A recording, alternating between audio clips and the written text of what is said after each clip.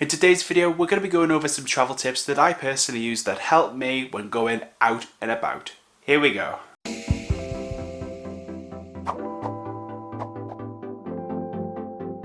Well, hello indie people, how you guys doing? I hope you're doing well, and if you're brand new to my channel, I talk about being autistic and trying to help those on the spectrum on a weekly basis, so if that sounds interesting to you, make sure you hit that subscribe button and that notification bell, just so you don't miss out on anything. Now, if you're on the spectrum yourself, or you know someone on the spectrum, travelling can be one of those hurdles for us on the spectrum. So by talking about some of the things that I do that helps reduce my anxiety when going out places, it might help you or someone that you know. Now, all of the points and the tips that I'm going to cover in this video are transferable to whatever your situation is or whatever your circumstances are, so hopefully you can take something away from this video today. And now, when it comes to travel, the first tip I have for you is plan or find a place that you want to go. Now, this probably seems really obvious. However, for me personally, I love knowing where we are going. Like, I'm not the sort of person that likes spontaneity, which is something that some people on the spectrum find difficult, that idea of not knowing where someone is going or heading. So especially when it comes to traveling somewhere new, it's always good to find a place that is appropriate, but also the autistic person is going to find enjoyment from. So just as an example, and actually a lot of the footage in this video is going to be from Alnwick Gardens and Alnwick Castle. If you do have me on social media, which if you don't, the links are down below, but if you've been seeing some of the posts that I've been making on social media, you know I recently went up to Alnwick Gardens and Alnwick Castle. And I specifically wanted to go to Alnwick Castle because I've never been to Alnwick Castle before, but also right next to the castle they have Alnwick Gardens, which is just lovely. Highly recommend it to anyone that just loves flowers and just looking at flowers and mazes and things like that. And also as a bonus, my fiance really wanted to go to Alnwick Castle and Alnwick Gardens because she really likes Harry Potter. She's a massive Harry Potter fan, so it works for both of us really. But to round off this first tip, finding a place that is accommodating to your needs or the autistic person's needs can be really helpful when it comes to traveling. Now, if you've picked your place, it's time to actually prep the autistic person or prep yourself for the trip, especially if it's a new place you're going to. Now, with the trip to Alnwick, I've been to Alnwick before, so I pretty much knew everything that was there. I didn't need as much preparation. However, if it's something new, preparation I think is vital when it comes to traveling. Now, one of the things I recommend is looking at the website, having a look in detail what's actually there for the autistic person or yourself to do at this place that you're going to. It's mainly so you can get an idea of what to possibly expect on the day, but also by looking at the website, looking at images, looking at what there is to do at these places, you get an idea of what to expect, what it looks like as well. Another good way to prep yourself or someone that you know on the spectrum is YouTube. Sometimes if you type in the place that you go into, there may be a guided tour or just some videos at the location that you are wanting to visit. It gives the autistic person time just to prepare themselves in their mind for what to expect on the day. Obviously, depending on where you're going, you may not find a video relating to the place that you're going to, but it's definitely worth trying and having a look. Now, the next tip, and this links in with the preparation side of things, one of the things that I personally like to do is actually plan out what we're going to do during the course of the day. Because some autistic people really thrive on routine and having a structure to a day, and I'm personally one of those people. So for me, having an idea of what to do or what we're going to be doing during the course of the day can really help ease that anxiety for me.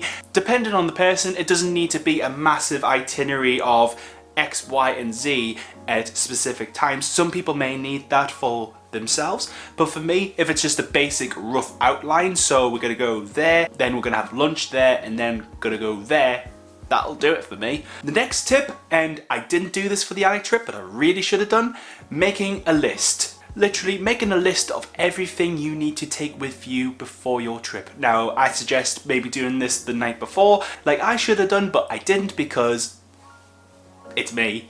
So Basically, the list is whatever you want to put on it that's going to make your day or the autistic person's day more enjoyable for them. They're going to be relaxed. Now, the next tip, and this is something I live by, and this is just something I recommend to everyone just going out on the day trip, things like that. Wearing clothes that you're going to feel comfortable in. Now, if I'm personally traveling somewhere new, I always tend to go for the more baggy clothes, baggy t-shirts, baggy shorts, those sorts of things, because it's just comfortable to me, and I want to feel comfortable walking around in this place I don't know, because when it's somewhere new, it can just raise anxiety for me. So for me, wearing clothes that are soft, comfortable, and are not going to aggravate me is just a really good, helpful travel tip, just generally for anyone out there.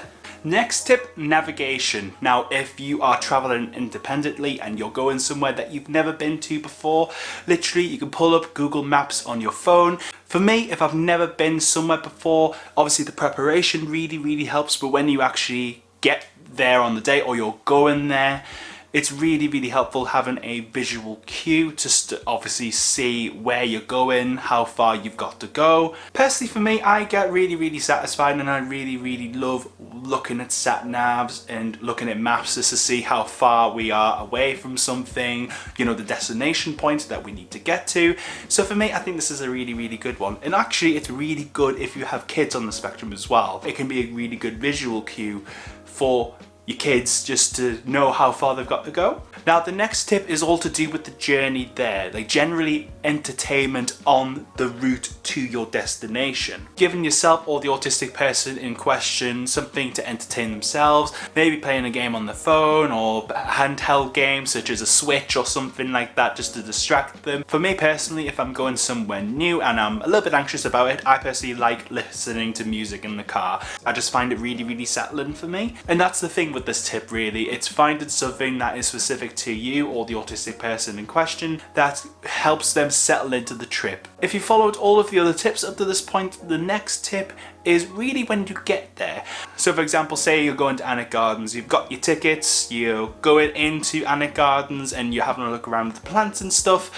It's really important, especially if you're someone that does get anxious by new places or you get overwhelmed, depending on the situation.